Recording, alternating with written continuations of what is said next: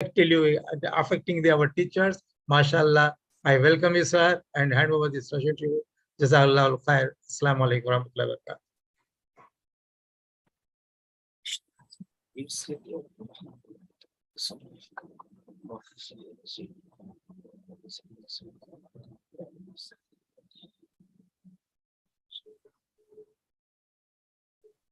Assalamu alaikum wa rahmatullahi wa barakatuh. Is my voice audible? Yes, yes. Wa alaikum assalam wa rahmatullahi. Audible, audible. Alhamdulillah. बड़ी पुरसोज दुआ थी अल्हम्दुलिल्लाह हजरत की. अल्हम्दुलिल्लाह अल्लाह हम सबके हक में कबूल फरमाए. So we were discussing about lesson planning and how to make it creative, how to make it infused with critical thinking. And we went through several steps of that. And we were last discussing about the classwork and the homework that we give to our students. Should it be only knowledge-based questions, or should it also be reasoning-based and application-based questions? Application-based questions ensures that the students can learn those skills of critical thinking, learn the skills of creativity. If we just ask them knowledge-based questions based on the information that is there in the textbook, it does not instill in the hearts and minds of the students the 21st century skills that we often talk about. So we had started discussing about the various different kinds of reasoning and application-based questions that can be asked to the students. We talked about arranging the sentences in a meaningful order, so as the students can think the priority list, so the students can think which comes first. Then we talked about relationship matching. The students can apply the knowledge and think and imagine. Similarly, we can give a reasoning or application-based question such as this, wherein we can ask the students to choose the best option, right? With the options given as solutions for stated problems. Options should have answers which are not very easy to pick. The purpose is to instill ability to differentiate and take good decisions, as well as inculcate values. Taking good decisions.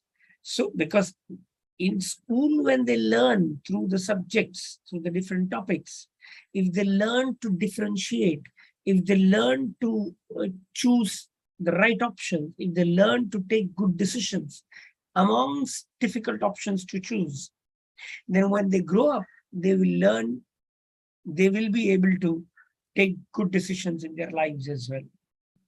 Like for an example, if we give them an example, the fruit on the mango tree have ripened.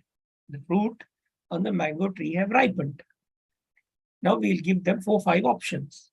Choose out of these, making them think. The purpose, as I repeatedly have been saying, to make them think.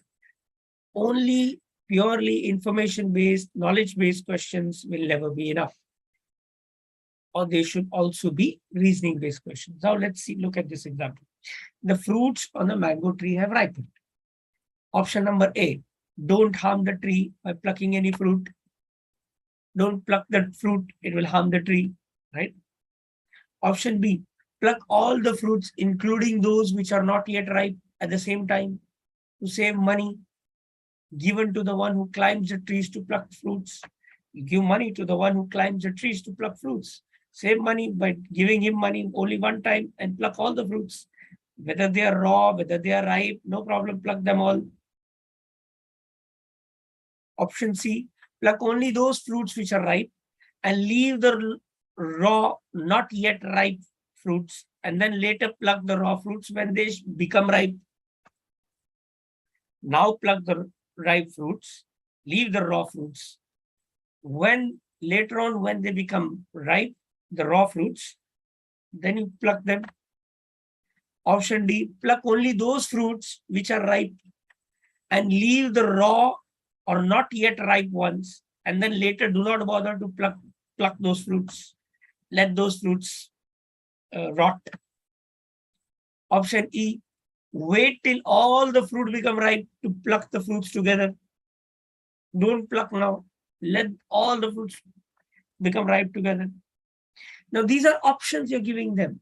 You're making them think which one is the best option. What should be the best option? Is plucking fruits from the tree harming the tree? Like the teacher had said, plucking the leaves is harming the tree. So is plucking fruits also harming the tree? He's thinking. The child is thinking. Pluck all the fruits together, whether raw or ripe. Is it right? Pluck only those fruits which are ripe and leave the raw fruits so that when they become ripe, pluck them. These are options that you're giving them, making them think.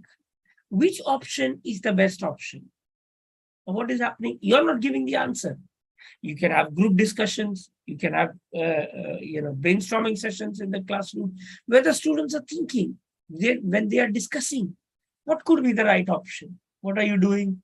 You are allowing them to apply whatever they have learned, the knowledge that they have learned. Now they are trying to synthesize. They are trying to analyze the situation presented in front of them in light of the knowledge that has been given to them or which they have learned. Right? And now they're learning how to apply it. Right? This is how you take it further. So I gave you a few examples last time. I gave you one example today as well. Right? How to apply, how to give them stuff which makes them to think, whether written stuff, whether stuff to discuss, whatever it be, based on the chapter, making them to think. This is critical. Now, towards the end of day 4, we were discussing day 4, right? We will complete this chapter in 1 week of 5 to 6 days, right? One session, one period per day, you can say, right? And that has to be calculated. Then how many periods you have in that particular semester, how many chapters you have to complete, right? So for every chapter, how many periods can you give? Right? You have to analyze that. This calculation should be a part of the process of scheduling and managing of time of the teacher, right? Personal scheduling. And okay, this chapter can be devoted 5 days or 6 days or 5 sessions, 6 sessions, whatever, right? So we are on day 4, considering that we are taking 1 session per day, 1 period per day. Now, towards the end of the session, right, we can ask them to recap the ayats, the ahadith, and the sayings regarding trees and avoiding wastage that we had discussed earlier. So the ayats and the ahadith that were quoted, the students will repeat them back.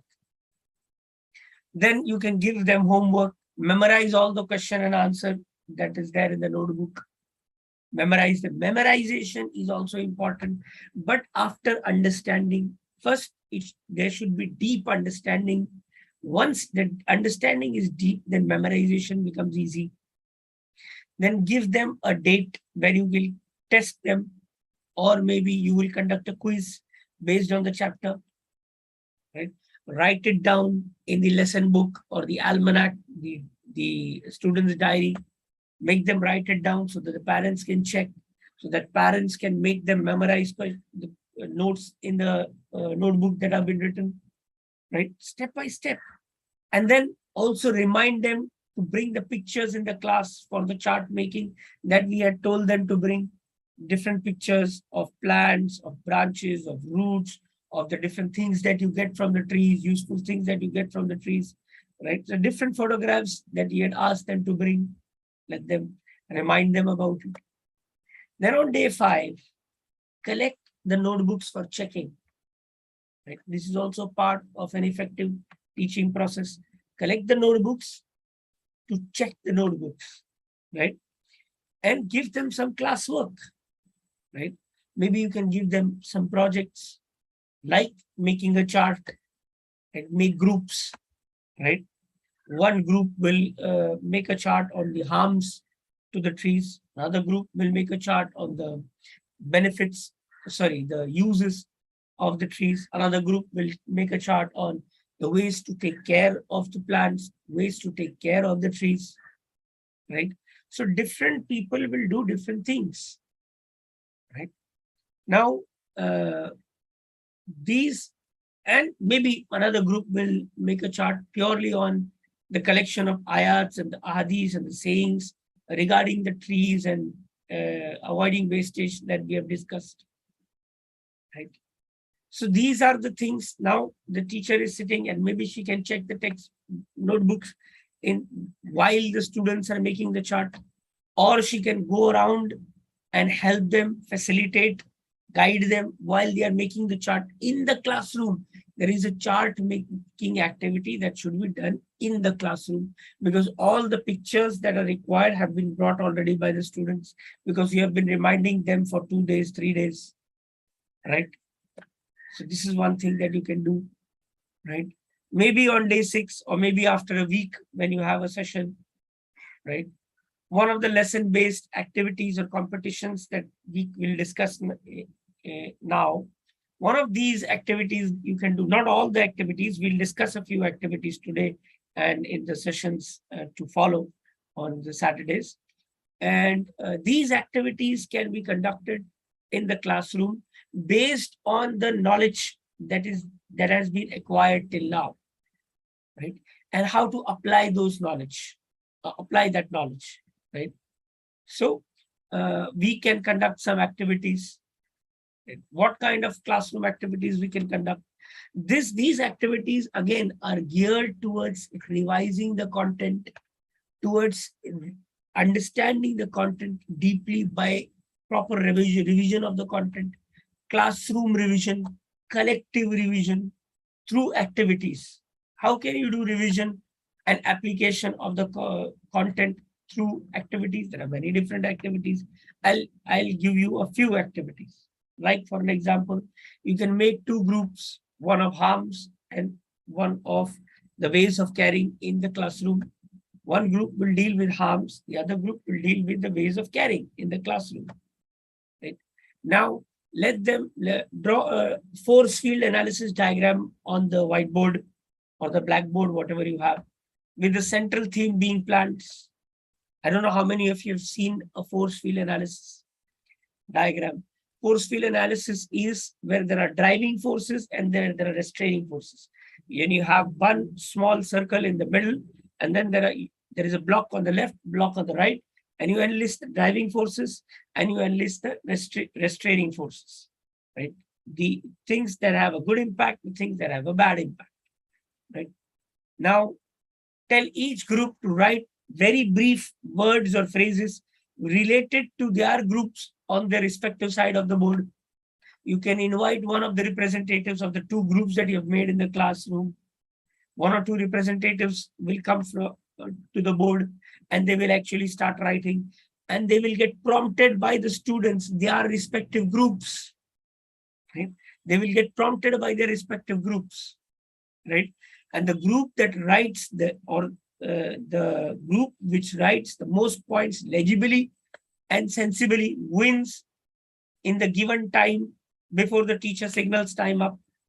And what you're doing, one group is writing all the things that harm the plants. The other group is writing all the things that we can do which benefits the plants, which are the ways of caring for the plants. And they are all writing, and the groups, the representative of the groups are writing, and the group members are prompting them, write this, write that, write this, write that. What is happening? The concept that you have taught them is getting revised, and the whole class is getting involved. The whole atmosphere in the class has become very animated. Everyone wants their team to win. What is happening? You're just facilitating. You're not actually getting involved. You're just facilitating. And what happens? The whole class is getting involved. There is a buzz around the class, right? And everybody is prompting and their respective representatives, so because they want to win. And then give them some incentives. Which group wins? Give the winning group some incentives. right? So this is an example of an activity that you can do, a so-called game that you can play, if you will, if you can name it and call it a game, whatever, an activity that can help you revise the content that is given that has been taught to the students, right? You can ask the students to write a short anecdote or a story, preferably related to the plants and the environment, the topic that was taught, right? And maybe if there is some extra time left in the day, you can do this. You can ask them to narrate a story related to the topic, meaning view a story which involves harming the plants, taking care of the plants, making use of the things that plants give. Make a story around this theme. What are you doing? You're making the students apply the knowledge that they have learned in the form of a story. And while they are developing the story, weaving that story, creating that story, they are learning critical thinking skills. They are learning the ability to write a story and narrate a story. They are learning the skills to express themselves. They are learning the skills to talk, to speak in front of the class. The stage fright will go away. Right? So what are you doing? There are so many benefits to be accrued from this storytelling process that we can unfold in the classroom. When the students are applying their knowledge and turning it into a story, applying their imagination, right? And their imagination becomes stronger. The brain is like your body, basically. The more exercise your body does, your body muscles become stronger. So the more exercise you give to the mind of the child's mind becomes sharper. The minds of the children will become sharper, right? Will become more imaginative, will become more creative, right? So make them do things, conduct such activities which will make them think, right? Another activity that you can do, again, these are all activities that I'm discussing geared towards the revision of the chapter, right? So that the concepts that have been taught in the chapter becomes deeply entrenched in the minds of the student. Maybe you can do a blind artist activity, divide the class in 2 teams, right? One blindfolded representative of each team shall draw a tree with all its parts on the whiteboard, because parts of the trees is something that we learned in the chapter. What you do, divide the class into 2. Each group will have a representative that will come forward, will be given the marker. Both these representatives will be blindfolded. You'll tie a cloth on the eyes, right? And both these students, representatives, will try drawing a tree with all the different parts of the tree on the board, on 2 different halves of the board. And each group will be prompting their representative to draw. He cannot see. He's just drawing based on the prompts that he's getting.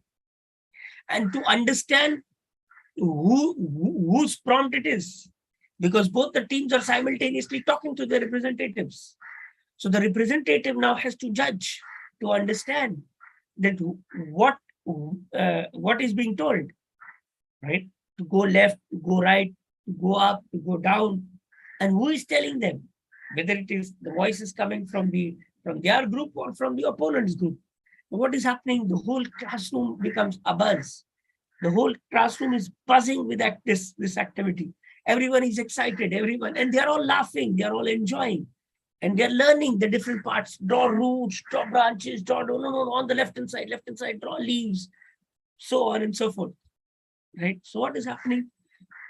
The whole chapter, or the part of the chapter that we are dealing with is getting revised. The whole class is getting activated. The whole class is getting engaged, and they are all enjoying it, right? So this is another thing that you can do. Yet another activity you can do.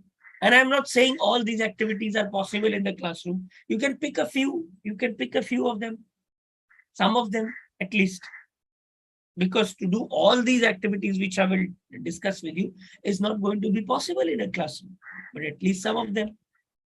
Like another one is image matching with sentences activity. How to match images with sentences. Say, for an example, the teacher writes a list of, say, 10 sentences on the whiteboard. She shows one picture at a time that matches one of the sentences on the board. The students have to call out the number of the sentence which matches the displayed picture, then read out, and not only call out the number of the sentence, but also read out the sentence. What is happening? There is visual content that you're giving them. Visual content. And your visual content is now describing some part of the story of the chapter that you have taught them.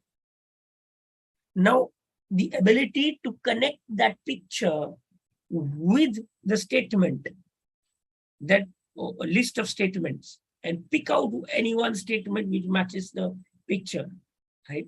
This is another activity that you can do in the classroom. And again, when you do that, the students are excited because there is something new. There is something novel. There is variety in the process. It's not just the teacher keeps on reading and the students mugs up. And then this is not just a routine method. There is something, there is a degree of excitement. This is what the students can do, the teacher can do. Right? Another game, you can call it an energizer related to the topic. You can call it an activity. You can call it a game, whatever you will. Another activity that you can do is the stimulus movement game. And what is that now? If the teacher says one of the harms to plants, raise the left hand. If the teacher says one of the ways to care for the plants, raise the right hand. And all the participating students shall be standing. Right? The ones who loses shall sit down. Who is the one who will lose? Say if you're saying the harm and you had to raise the left hand, instead you raise the right hand, you lose. Or if you had to raise the hand, one of the two, and you didn't raise any, you're still wondering, again you lose. Right? So the one who is slow in raising the hands or raises the wrong hand has to sit down. Right? And the last student standing wins the game. Right? And if any student touches his or her neighbor, her partner student, he or she will get disqualified. Now, the lesson concepts can be repeated any number of times as the teacher deems fit. And the teacher should be the final adjudicator in the whole process of the game, of this activity. Now, raising of left hand, raising of right hand, this is kinesthetic learning. In the earlier example, I told you to show the picture and relate it with the list of sentences. What is that? That's visual learning. We talk about these multiple intelligences, right? But we should not remain just a theory. It should get implemented in the classroom, right? Right. So what is happening here? Raising of the left hand, raising of the right. There is a buzz. Everyone is raising their hands, right? And the teacher is saying the harms or the benefits or whatever, right? Harms or the ways to care for the plants. So the students are now paying attention, full attention. Why? Because they want to know what the teacher is saying, so that they can raise the right hand, the correct hand, rather, I should say. The correct hand, whether the right or the left, the correct hand. Okay. So this is another game that you can play, an activity that you can do, right? So there are so many different kinds of activities, right, that you can do and you can conduct in the classroom so that they learn the skills that are required, right, to make them a capable individual tomorrow, right? Say another stimulus movement game, another variant of that stimulus movement game could be if the teacher says one of the things directly got from the plants, stand up and or keep standing. Or and if the teacher says one of the things not directly got from the plants, sit down or keep sitting. Like say for an example, if the teacher says fruit, you get that from the plants. If the teacher says plastic, you don't get that from the plants, right? So you have to, if you get from the plants, you stand up. If you don't get it from the plants, sit down. What is happening? This is kinesthetic learning. The students are focusing and thinking, applying that knowledge that they've learned, that what you get from the plants and what you don't get from the plants, right? They are thinking, they are applying their minds, right? The one that loses shall stand away from the benches and chairs. Students, what is happening? You're doing the revision with an activity. All the students are getting involved, right? And there could be a variety of things that you can do. You can make them sit and stand. Maybe you can make them touch the left cheek or the right cheek. If the things that you get from the plant, touch the left cheek. Things that you don't get from the plant, touch the right cheek. Or hold the left ear or hold the right ear. Or pick up the pencil or pick up the eraser, right? Or filling the cheeks with the air, right? If you get things from the plant, fill your cheek with the air. If you don't get this from the plant, there shouldn't be any air in the cheeks, right? There are different variations that you can try with your classroom. Holding the nose or not holding the nose, touching the chin or not touching the chin, touching the chin with the right hand and touching the chin with the left hand, placing the right hand on the head or placing the left hand on the head, open the fist or close the fist, right? So there are various different combinations of these motions that you can do so that the students get involved. The students are involved, the students are engaged, students are thinking, students are applying, and the revision of the chapter is also taking place at the same time, right? So this is what, when we talk about using multiple intelligence theory and using critical thinking and application based and all of these terminologies, bring these terminologies alive in your classroom. This is what I'm trying to tell you. And I'm already running out of time. So we'll continue with this process, inshallah, next week. Jazakumullahu khair. Wa akhiru dawana. And alhamdulillahi rabbil alameen. Alhamdulillah, Alhamdulillah, mashallah, Hazrat. Your lesson is very